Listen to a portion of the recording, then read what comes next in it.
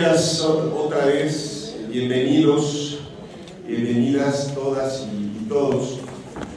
Para nosotros siempre es significativo hacer este tipo de eventos en San Lázaro, en el Palacio Legislativo, en lo que debería de ser la Casa del Pueblo, y que desgraciadamente los malos representantes, no digamos que son malos porque son muy eficientes para representar los intereses económicos y facciosos de este país.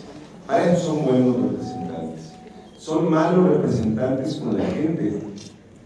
Es decir, ustedes verán en la entrada el cervecero, el banquero, el de las telefónicas, el de las televisoras, pasa con su coche al estacionamiento, pero el pueblo que viene antes de trabajar o después de trabajar, que viene de provincia, vaya qué dificultades se enfrentan para tener acceso con estos servidores públicos que son los diputados federales.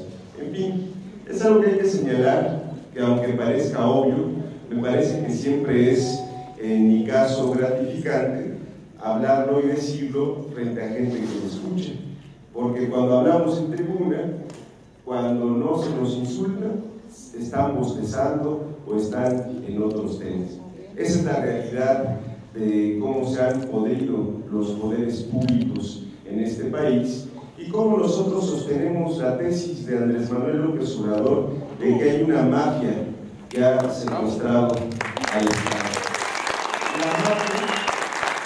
La mafia, como un monstruo de varias cabezas y con muchos tentáculos, también ha penetrado, por desgracia, instituciones de índole religiosa, vulnerando no nada más el Estado laico, que ya de suyo es suficientemente grave para alarmarnos, sino que ha penetrado, y perdonen la expresión, la comunidad católica a través quizá del personaje más vulnerable de esta comunidad, que son las niñas y los niños. Es gravísimo que la Organización de las Naciones Unidas esté señalando al Estado Vaticano como responsable de la violación de los derechos humanos de niñas y niños que están cerca de esta esfera de influencia de la Iglesia Católica. En fin, lo más grave es que esta violación de los derechos humanos se trata de abuso sexual y de violación.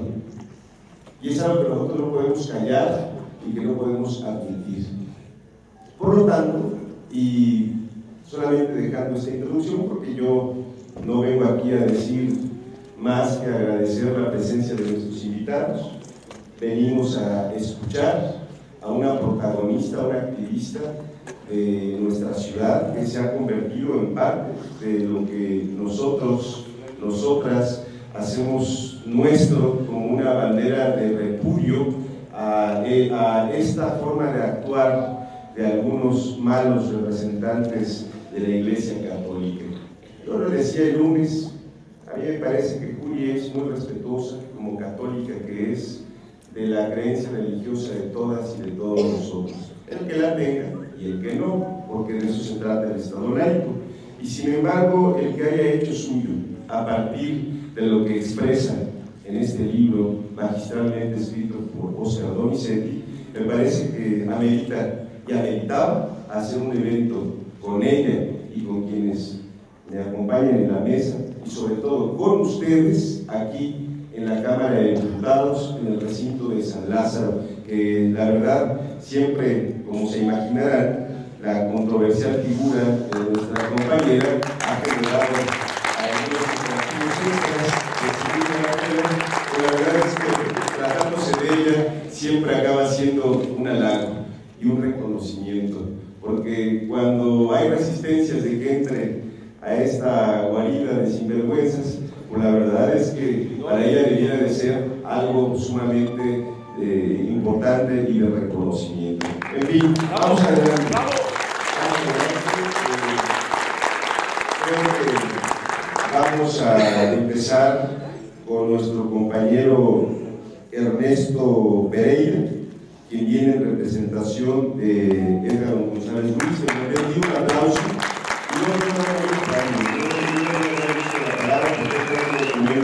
Para dar lectura, y con esto damos inicio a esta presentación del libro de Efectos de un ultraje en la vida de Julia Klug, escrito por Oscar Donizetti. Este libro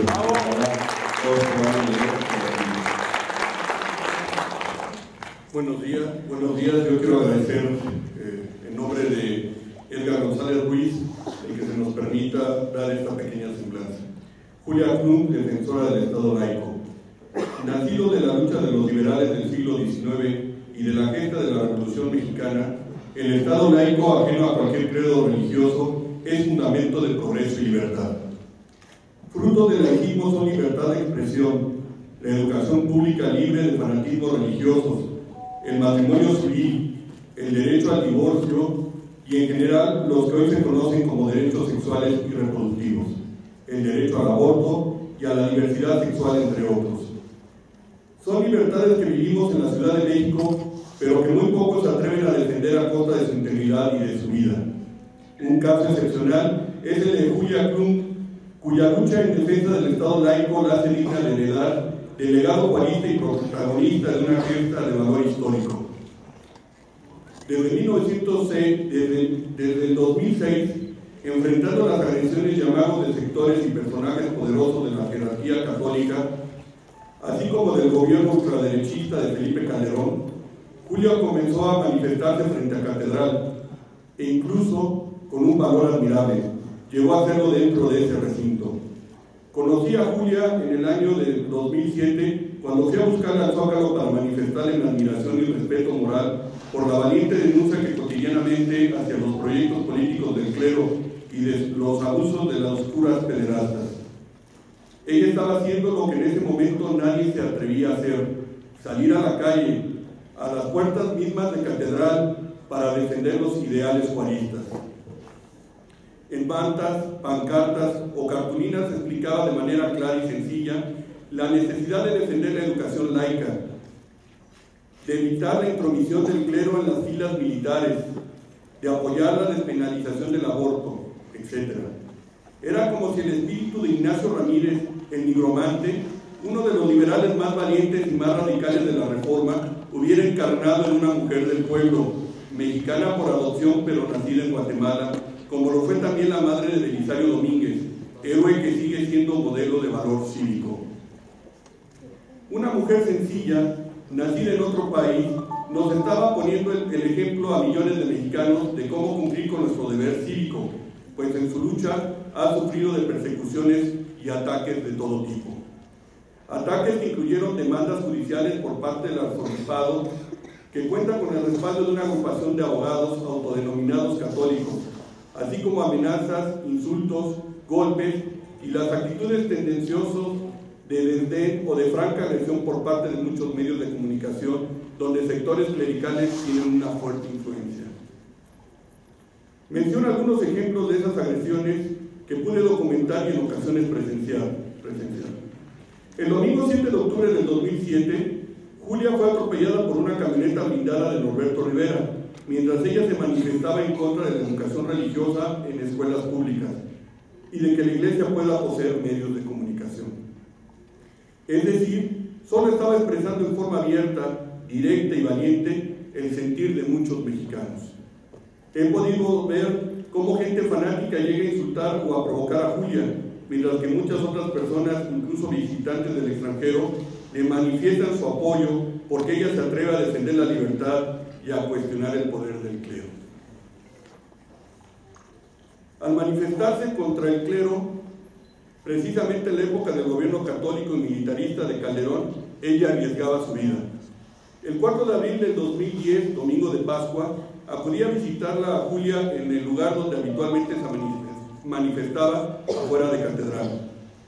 Pude presenciar cómo a bordo de 2 transportes llegaron elementos de la Policía Federal Preventiva equipados con armas largas que apuntaban en dirección al lugar donde Julia solía manifestarse cada semana. Uno de los vehículos era una ambulancia preparada para trasladar algún muerto o algún herido. Directa y escalofriante advertencia contra la vida de Julia, y muy ilustrativa de las proporciones que en el sexenio pasado alcanzó el contubernio entre el gobierno y el clero. Julia no se amedrentó ni por las amenazas contra su vida, ni por los ataques de los medios de comunicación afines al gobierno de Calderón. Otro domingo pude escuchar en alguna estación de radio como una locutora vociferaba contra las protestas de Julia en Catedral y la atacaba con una torpe pregunta: ¿qué quiere esa mujer? Quería simplemente defender el fundamento de nuestras libertades y el futuro de las nuevas generaciones, nada más que eso.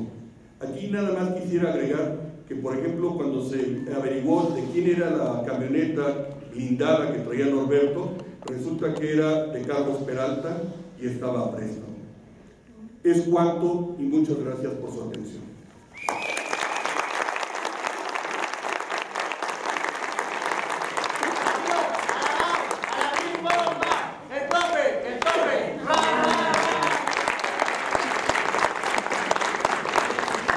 Muchísimas gracias, Ernesto Pereira, por la presentación de este documento y su lectura. Creo que redondeará los contenidos del libro que el día de hoy estamos presentando. Quiero agradecer la presencia de Jaime López Vela, que para mí es una grandísima la verdad estoy tratando de tomar la señal del internet, que ya saben que Telcel y Slim, con todo el dinero que gana a costa de nosotros, y así puede dar un buen servicio. Porque siempre se me va el largo tema que representa la lucha de Jaime, que nosotros en Morena lo tenemos como el secretario nacional de diversidad sexual, pero es una lucha de la comunidad lésbico, gay, bisexual, transexual, transvesti, transgénero e intersexual. Estamos bien. Yo sí quería manejarlo con mucha precisión porque en verdad son de estos temas, y lo iremos platicando en el camino, que tenemos que enfatizar a que el Estado mexicano retome con mucha puntualidad la educación sexual en todos los términos que permita blindar de odio a cualquier comunidad que decida sobre su sexualidad de manera diversa. Yo te quiero agradecer porque además Jaime López Vela, independientemente de esta bandera que ha hecho suya y que representa en el Comité Ejecutivo Nacional, pues lo he visto construir Morena en los lugares más increíbles y olvidados de este país, y la verdad, también por eso lo quiero felicitar y agradecer que esté el día de hoy. Por favor, Jaime, un aplauso.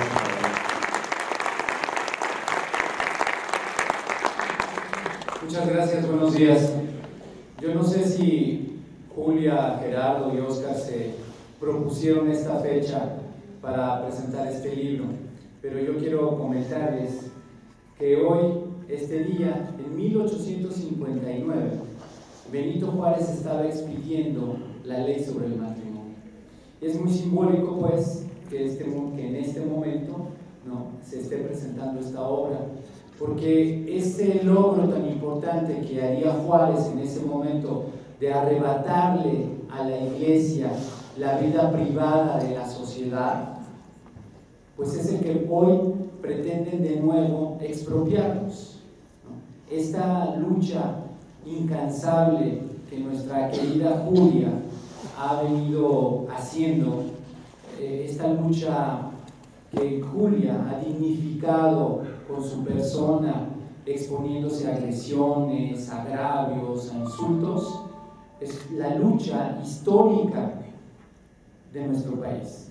La lucha histórica porque una sociedad que pide, que grita, que exige libertad, por un lado, se ve cooptada por el otro. Y es que los jerarcas católicos continúan empecinados en arrebatarnos la vida privada, cuando su función no es esa. En un Estado laico, el que una persona tenga el derecho a profesar una religión, eso es lo que se protege y eso es respetable.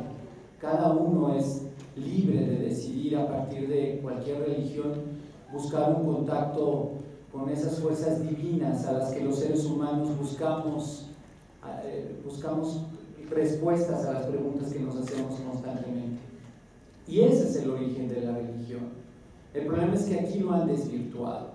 El problema es que ese contacto con ese ser divino para lo que deberían de servir como conducto las iglesias lo han pervertido, lo han prostituido, y lo peor es que nos hacen presa de esto. Entonces, cuando recordamos, por eso quise traer a la memoria la importancia de esta fecha al recordar a Juárez, es porque lo que Juárez pretendía y lo que los liberales de hoy en día queremos mantener es justamente el derecho a la libertad, el derecho, ya lo dice esta máxima de Juárez, el respeto al derecho ajeno es la paz, ¿no? Y sin embargo, miren, hoy también estamos en el recinto de la Cámara de Diputados en donde se está discutiendo, dicen ellos, las reformas energéticas, cuando sabemos que es puro teatro lo que están haciendo ya, porque no le van a mover absolutamente nada, porque han entregado los bienes de la nación. Entonces es doblemente simbólico que estemos en este momento aquí en la Cámara de Diputados. Y es simbólico también porque hemos acompañado a Julia, y Julia nos ha acompañado, y eso nos enorgullece enormemente, en las marchas por el orgullo de la diversidad sexual, en las marchas de miles, de millones de personas que clamamos respeto, que exigimos que se restituya nuestra dignidad, que reclamamos que se nos reconozca como seres humanos, como personas, como sujetos de derechos, que exigimos igualdad. Y Julia ha sido solidaria con nosotros en esta lucha. Julia ha estado presente. Julia ha sido un escudo más frente a la sociedad para gritar basta de discriminación, de la misma manera en que exige y que grita basta de pederastia clerical. Por eso nos enorgullece estar aquí con Julia, una mujer como muchas de ustedes, dignas representantes de las luchas históricas en México.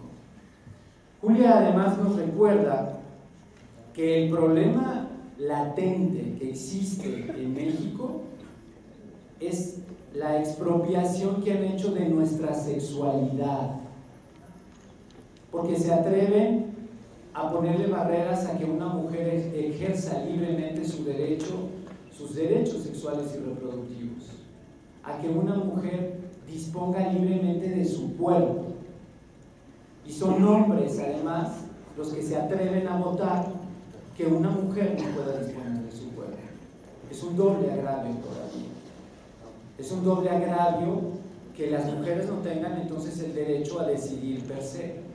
Y al lado de eso, que continúe, que este modelo patriarcal, machista, continúe obligando a las mujeres a verse presas de las agresiones, presas de la violencia intrafamiliar, presas de empleos mal pagados, presas de tantas y tantos agravios que seguimos viendo y que deberían de dolernos a todos por igual, porque son nuestras hermanas, nuestras madres, nuestras compañeras de lucha, porque son mujeres que han construido con hombres esta nación. Entonces, este trabajo de Oscar en esta obra pues es muy interesante, es muy importante y es muy necesario en este momento en el que las y los mexicanos nos estamos debatiendo contra este modelo neoliberal que pretende a toda costa despojarnos de los derechos sociales que por años, que han costado sangre, que han costado luchas, estos derechos sociales que han aniquilado a partir del gobierno de Enrique Peña Nieto y de la comparsa que ha habido del PRI, del PAN, del Verde Ecologista y de la participación que tuvo el PRD también por haber sido comparsa en el Pacto por México. Julia nos recuerda además que hay un problema latente por el que la intromisión de la Iglesia va a continuar en tanto no le pongamos un freno. Y esa intromisión tiene que ver con la ausencia de educación formal de la sexualidad. Porque curiosamente ellos, que son célibes, se atreven a hablar de modelos de matrimonio. Ellos que no están casados, supuestamente, se atreven a decir cuáles son las reglas sobre las que debería de funcionar un matrimonio. Ellos que nos dicen que no ejercen la sexualidad son los que hemos visto una y mil veces señalados como violadores de niños, atentando contra la integridad de un menor, impunemente. Y ha sido otra mujer muy valiosa también, Carmen Aristegui, la que puso el dedo en la llaga. Ha sido otra mujer tan valiente como ella, que ha tenido en sus micrófonos muy activos,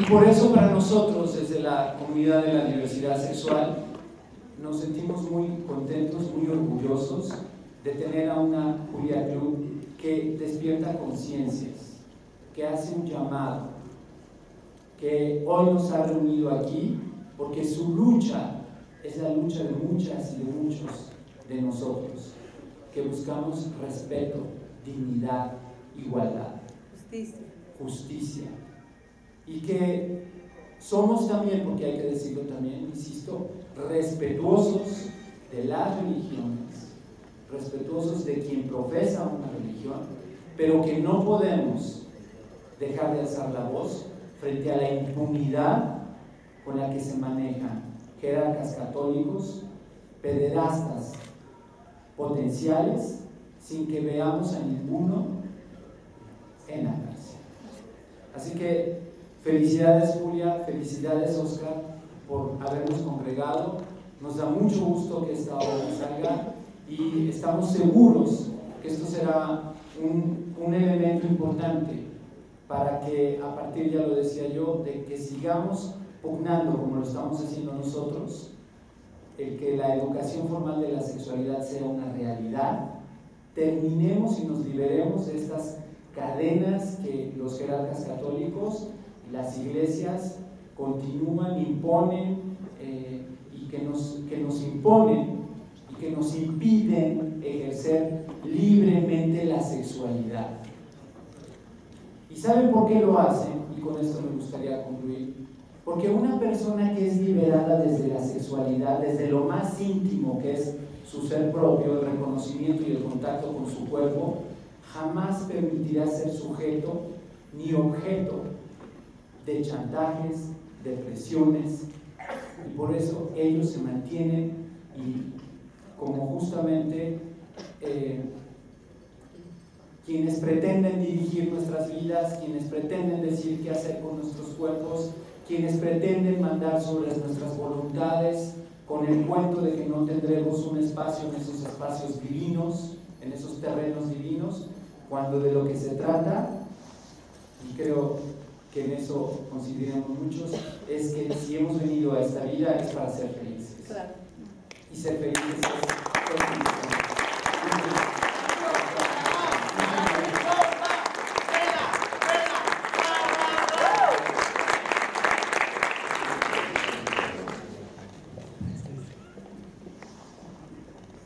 Muchas gracias, Jaime. Totalmente de acuerdo. Que se sigan despertando solidaridades en todo el país para evitar estos agravios y para generar un ambiente de respeto y eliminar los climas de odio que se dan en diferentes o sobre o en contra de comunidades que, como decíamos hace rato, y lo has explicado tú más ampliamente, que deciden por la diversidad sexual. Bueno, pues llega el momento de darle la palabra al autor del libro que el día de hoy estamos presentando, a Óscar Donizetti. Lo conocí una mañana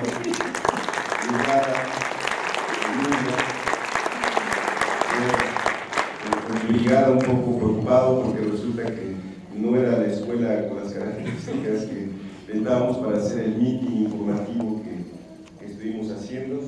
Me propuse hacer 100 informes, hice como 130 y ese día le tocó, o por alguna razón, con Eder acompañarnos ahí con Eugenia, que siempre ha estado ahí con nosotros, Víctor Hugo, Isaías y otros compañeros. Lo comento esto anecdótico porque supongo que así es la vida, son encuentros que se dan en el terreno de la lucha. No fue en un café, eso me gustó mucho, no fue pues, en Sambors, no, fue en la calle, en la lucha. Y por eso, caray, dispuesto además a darle a la brigada, lo cual me pareció doblemente importante, porque pues, un escritor que llegue tan temprano a ver qué anda haciendo el diputado, pues me pareció muy interesante de su personalidad. Óscar Donizetti es graduado de la Facultad de Contaduría de la Universidad Veracruzana. En el ámbito público trabajó para el gobierno municipal, estatal y federal. En el año 2008 publicó su primer libro titulado Cuando el amor se va de las manos. Es autor-editor. Este ejemplar que aborda la sexualidad del ser humano desde un contexto psicológico. En el año de 2013 publicó el ejemplar No temas, con vos estoy, la Santa Muerte, y hoy nos presenta la biografía de la activista Julia Mercedes Klug, que precisamente estamos el día de hoy comentando. A mí me gusta mucho la forma en cómo lo presenta. Qué bueno que dejaste los números para tomar las letras. Y ya no hablo más porque todos queremos escuchar a Óscar Donizetti. Muchas gracias. Gracias por tu presencia.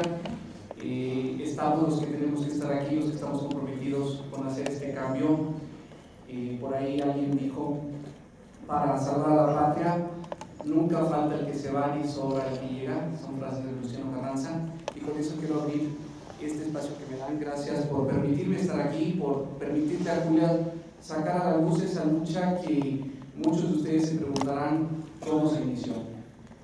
En el año pasado, 2013, cuando me encontraba escribiendo el libro anterior, No temas, con vos estoy, la Santa Muerte, acudía constantemente al Museo del Templo Mayor para sacar información con respecto a la deidad, un tema muy polémico. Por ahí se dice, en algún periódico salió, que me gusta escribir de la polémica, pero más que escribir de la polémica me gusta sacar los temas que son mutilados, verdades que son mutiladas y que la gente comúnmente los toma muy a la ligera. Conocí a Julia, como muchos de ustedes, en la calle. La conocí con esta peculiar vestimenta que ella siempre trae. Me pregunté qué tanto estará diciendo esta señora que se le reúne gente por todos lados. Me cruzaron por mi cabeza muchos pensamientos. O está vendiendo algo, o es para algún partido, o a lo mejor no tiene algo que hacer en su casa, o por qué no. Está loca. A muchos así nos pasó y no lo niego.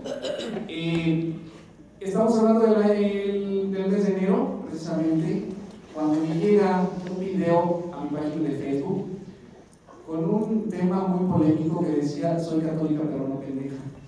¿Sí?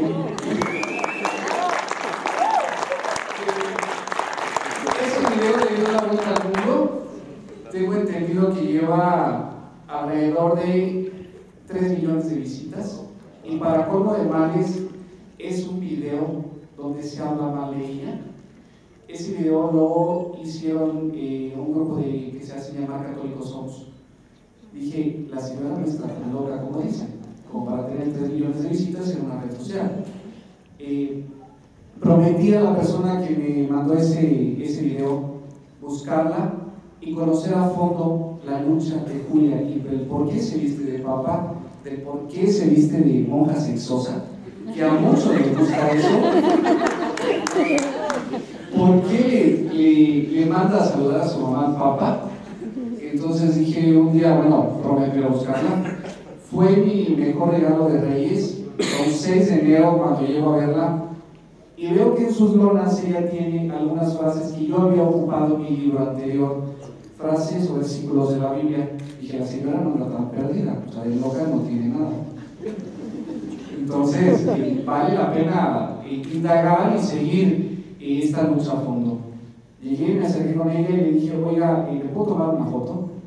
En ese momento yo pensé que Julia era inalcanzable, que Julia iba a ser igual que otras personalidades, otros personajes, que se dan su taco, pero me di cuenta que no. Julia, con esa humildad y con esa sencillez, me dijo adelante. La empecé a entrevistar, la empecé a grabar. Yo tenía programado sacar otro libro cuyo título sería Un mito llamado Dios. Para muchos ese título sería como erróneo porque dicen que Dios no es un mito, pero yo me atrevo a decir que sí es un mito porque hasta ahorita nadie le ha visto la cara a Dios, porque hasta la misma Biblia se contradice. Entonces fue que decidí abordar el tema de Julia. Muy de acuerdo. Fue algo muy bonito. Me sumergí en su vida privada, hice a un lado parte de su activismo para adentrarme en Julia la mujer. Julia, la mujer de carne y hueso. En este ejemplar consta alrededor de 30 capítulos. Dentro de esos capítulos hay uno muy importante para mí que me gusta mucho, que se llama El precio de ser Eva. Mucha gente se acerca a Julia y le dice, señora, usted está loca, ¿cómo comprueba que usted la violó?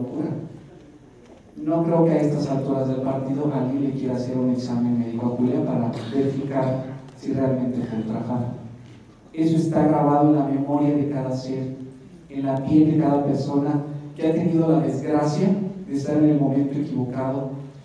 Aquí en este caso, Julia vivió realmente lo que es la pedofilia clerical, encubierta en una sotana, que realmente nada tiene que ver de santo o de divino.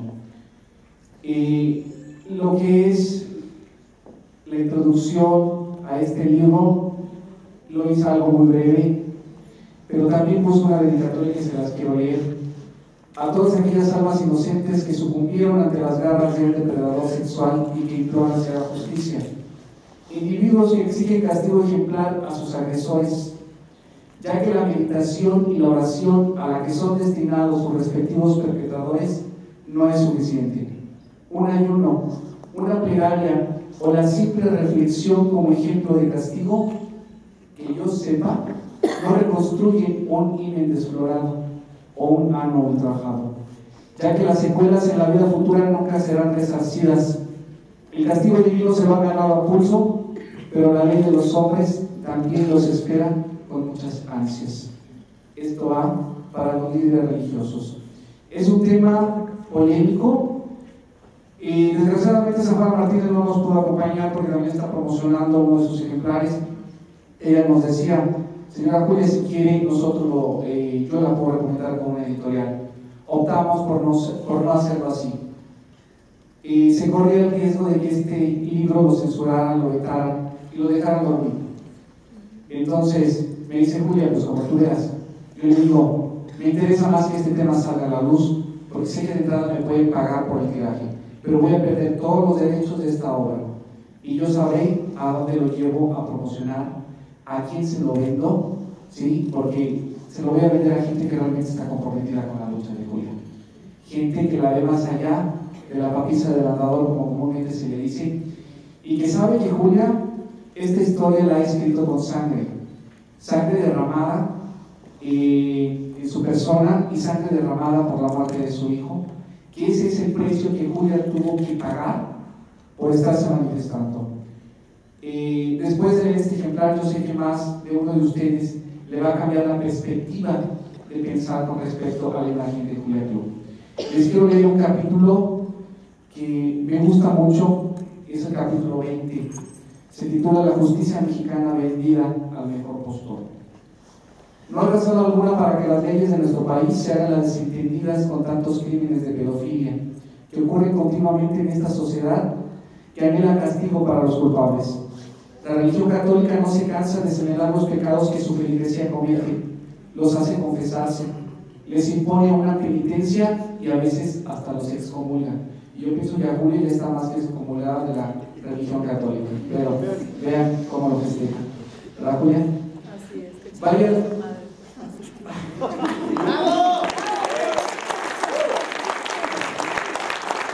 Vaya manera de impartir castigo en estos tiempos modernos, y lo digo así modernos, porque a pesar de que la religión católica llegó a nuestro país con la llegada de los españoles en la época de la conquista, y estos llevaron a cabo la evangelización en la Nueva España a partir del año 1524, todavía sigue poniendo castigos absurdos que son en la cabeza de un bruto tienen cabida.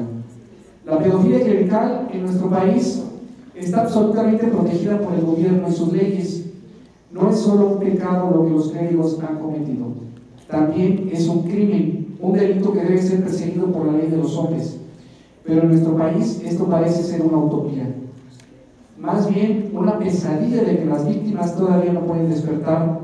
Y lo digo así porque lo que más desea un agredido es el castigo de su perpetrador. Es inconcebible cómo la Santa Sede se siente sin competencia para juzgar la pedofilia clerical de acuerdo a las leyes civiles. El día 6 de mayo de este año 2014, el embajador del Vaticano ante las Naciones Unidas, el arzobispo Silvano Tomasi, señaló que habían sido destituidos del ministerio clerical 884 curas, de los 3.456 que habían sido sancionados por abuso sexual, y a 2.572 se les impuso el castigo canónico de una vida en penitencia y oración. Vaya manera de castigar los abusos sexuales cometidos por los líderes espirituales. Desde mi punto de vista es una burla a la humanidad entera. El castigo que se imponen ellos mismos con hacer oración no se le reconstruye el ano a un menor de edad, y mucho menos se borran las secuelas que derivan de dicha agresión. En nuestro país los líderes religiosos y los políticos se pasan por el arco del triunfo el artículo 130 de la Constitución mexicana, el cual habla de la separación del Estado y la Iglesia. En su inciso B dice lo siguiente: las autoridades no intervendrán en la vida interna de las asociaciones religiosas. En el inciso E hace la siguiente afirmación: los ministros no podrán asociarse con fines políticos ni realizar proselitismo a favor o en contra de un candidato, partido o asociación política alguna. Tampoco podrán en reunión pública, en actos de culto o propaganda religiosa, ni en publicaciones de carácter religioso, oponerse a las leyes del país o a sus instituciones, ni agraviar de cualquier forma los símbolos patrios. Hago referencia a esto porque no entiendo qué hace el presidente de la República, Enrique Peña Nieto, en eventos públicos junto a un líder de la Iglesia Católica, y mucho menos entiendo qué hace la Policía Federal resguardando la Catedral Metropolitana de la Ciudad de México. Que si el cardenal se siente amenazado por la presencia de Julia, yo me pregunto, ¿a qué le teme el cardenal Rivera? Pues sus razones tendrán que exigir justicia. Aclaro el punto: existe una ley de bienes nacionales, la cual es para salvaguardar dichos inmuebles, no para curarle las espaldas al cardenal cuando Julia intenta ingresar a la Catedral Metropolitana. Algo que es muy notorio, el citado artículo 130 no se ha respetado, es que los expresidentes de la República Mexicana como Vicente Fox Quesada y Felipe Calderón Hinojosa han tenido sus acercamientos con la Iglesia. Lo podemos encontrar en que Vicente Fox era muy asiduo a asistir a misa, y Felipe Calderón inauguró la Plaza Mariana de la Basílica de Guadalupe el 12 de octubre del año 2011, y también tuvo encuentros con el Papa Benedicto XVI, por mencionar solo algunos ejemplos. Y de igual modo el presidente actual Enrique Peña Nieto, debido a las reformas que ha emprendido, es cuestionado por parte de la Iglesia y se reunió con obispos del episcopado mexicano. Cualesquiera que fueran las reformas o las obligaciones de un presidente, estas no tienen por qué ser de interés para el clero católico o alguna otra institución religiosa. Todo esto no es nada nuevo. Desde hace varios sexenios se ha visto cómo los dirigentes políticos y los líderes religiosos se frecuentan, y también se puede alegar que los mandatarios presidenciales pueden practicar la religión que mejor les convenga a sus necesidades espirituales, siempre y cuando no intervengan en las decisiones para preservar el Estado laico. Ahora se entiende y se comprende por qué en nuestro país no hay un solo sacerdote o líder religioso encarcelado por los delitos de violación. Simplemente se les da carpetazo, no proceden o se extravían las demandas. Los acólitos sufren doblemente, ya que aparte de ser ultrajados y burlados en su persona, las denuncias contra sus agresores sexuales nunca llegan a buen término. El que un niño se encuentre ayudando al párroco en los deberes del altar es hacer mención de que los misterios elusinios, ya que los hierofantes de la antigüedad necesitaban ayuda de algún menor de edad al cual iniciaban en los misterios, y esta encomienda era un honor tanto para el menor como para la parentela de este. Es así como hoy en día podemos ver que la Iglesia Católica ocupa monaguillos. Ya no estamos en la época en que un homosexual, para encubrir su preferencia sexual, se escude bajo una sotana. Le sería mejor a muchos homosexuales reprimidos dejar los hábitos, su pseudo vida religiosa, y dejar de perjudicar al futuro de la humanidad, que son los infantes. Esa es la razón por la cual me acerqué a Julia Cruz, su lucha en contra de la pederastia clerical. Espero que este ejemplar les guste, que este ejemplar no lo tome como algo mediático para adentrarse nada más y ver qué tanto de chisme podría traer, porque en sí no trae chisme, trae muchas verdades. Algunas gentes me lo han pedido por curiosidad, porque ven a Julia como un ejemplo así, pero dentro de ese ejemplo, ¿qué tanto es cierto? ¿Qué tanto es falsedad? ¿Qué tanto es mentira? Con documentos me basé para poder llevar a cabo esta obra. Dentro de esos documentos están unas demandas que salieron a la luz, pero por parte del cardenal, defendiéndolo a él.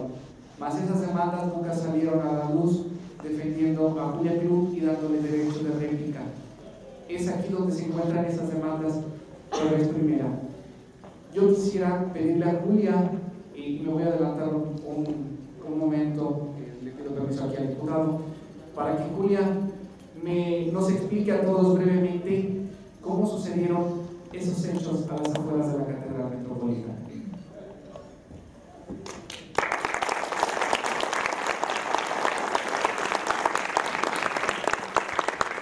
Muchas gracias, Oscar. Mil gracias por estar aquí con nosotros y por haber escrito este libro, que, como decíamos hace rato, tiene una importancia desde diferentes enfoques y que además nos regala la oportunidad de estar reunidos en un lugar donde la verdad, donde se hacen las leyes y donde nace la impunidad, porque si en este sitio, ya lo decía Jaime López Vela, se consuma el robo del siglo, ¿qué podemos esperar de la división de poderes que marca nuestra Constitución? La verdad es que el cambio llegará en la medida en la que estemos organizados. Muchos no nos rendimos. En este tema específico estamos claros que de manera pacífica podemos, en una consulta popular, echar atrás esta acción. Para muchos somos ingenuos y para otros, gente que no se va a rendir nunca. Prefiero ubicarme en la segunda expresión y no en la primera, porque al final la otra es nada más quedarnos quizá indignados, pero eso tampoco moviliza conciencias, y creo que la tarea que estamos asumiendo muchos de luchar por que esta consulta se dé y que sea el pueblo el que decida y no Peña Nieto y su pandilla de bandidos.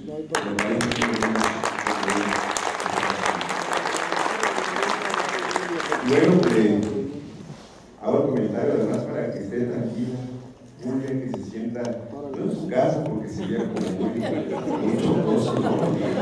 Pero que se sienta a gusto con sus camaradas, con sus amigos, con compañeros que militamos en las mejores causas para que este país no se nos vaya a la barranca, ¿verdad? Y por eso te quiero dar la bienvenida, como siempre, tu gratitud y tu generosidad de estar dando una pelea, dando la cara por muchos, ¿no? Porque el que te critique es el más cobarde, el que habla de ti y nunca lo hará de frente, lo dirá de lejitos, y si se puede, lo tuitea, porque además es gente que no se levantan temprano ni para tuitear, digo yo, ¿no? Esos militantes de internet que la verdad, yo prefiero a gente como tú que está en la calle y que nos da ese gusto de tener personalidades de estas características, haciendo un frente de lucha también en la calle frente a estos poderes sinvergüenzas que vamos a vencer algún día.